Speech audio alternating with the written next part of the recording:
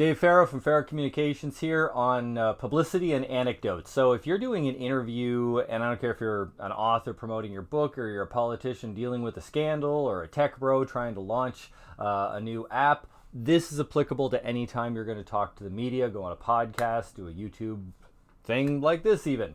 And it's anecdotes.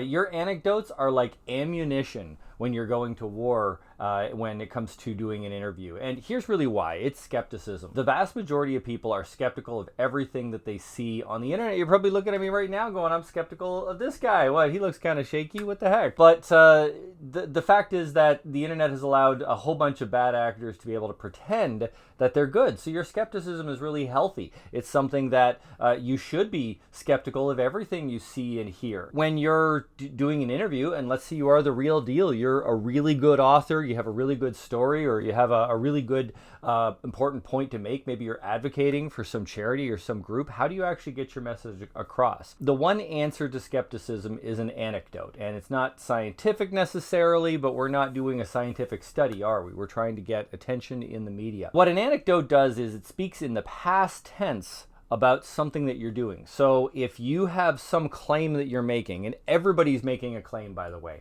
If you wrote a book, you're making a claim that your book is worth reading. To be blunt about it, you're a politician, you're making a claim that you're a better politician than your opponent, things like that. If you just go up to people on the air and you say, hey, do this or buy my product and you'll get this result, the only response you're going to get is skepticism. No one's going to believe you, right? Sometimes you can improve that by giving a little explanation. Buy this app and we improve your brain function because of this study and this technique that we're doing and things like that. By explaining things, that can help a little bit. But the fact is, people don't make decisions based on logic. They make it based on emotion.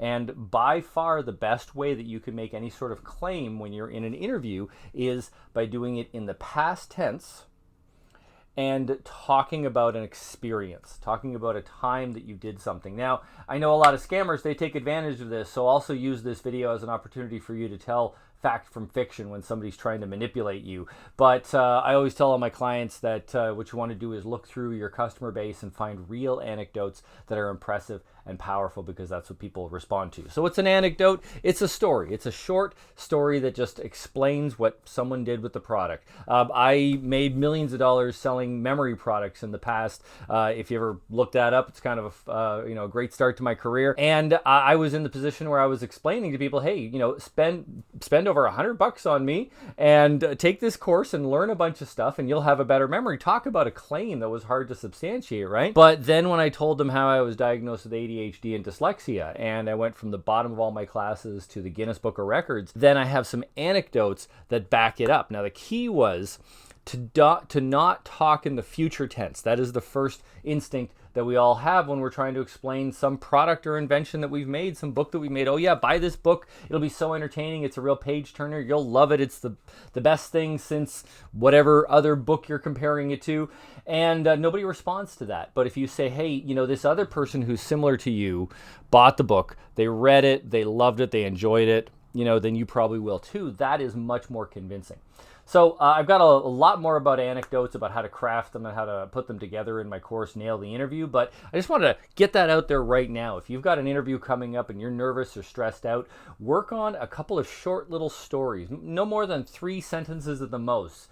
And something that you could say around a dinner table, around a party. You can get someone's attention for a couple of seconds, say, hey, this really cool thing happened, and check it out. That is the best way to be convincing when you're on the air. That's the best way that I train all of my clients in media training. This is high-level media training for CEOs and things like that. So if you have something similar like that going on, come up with your anecdotes and ask me some things in the comments.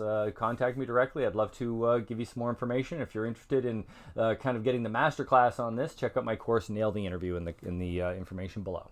Take care.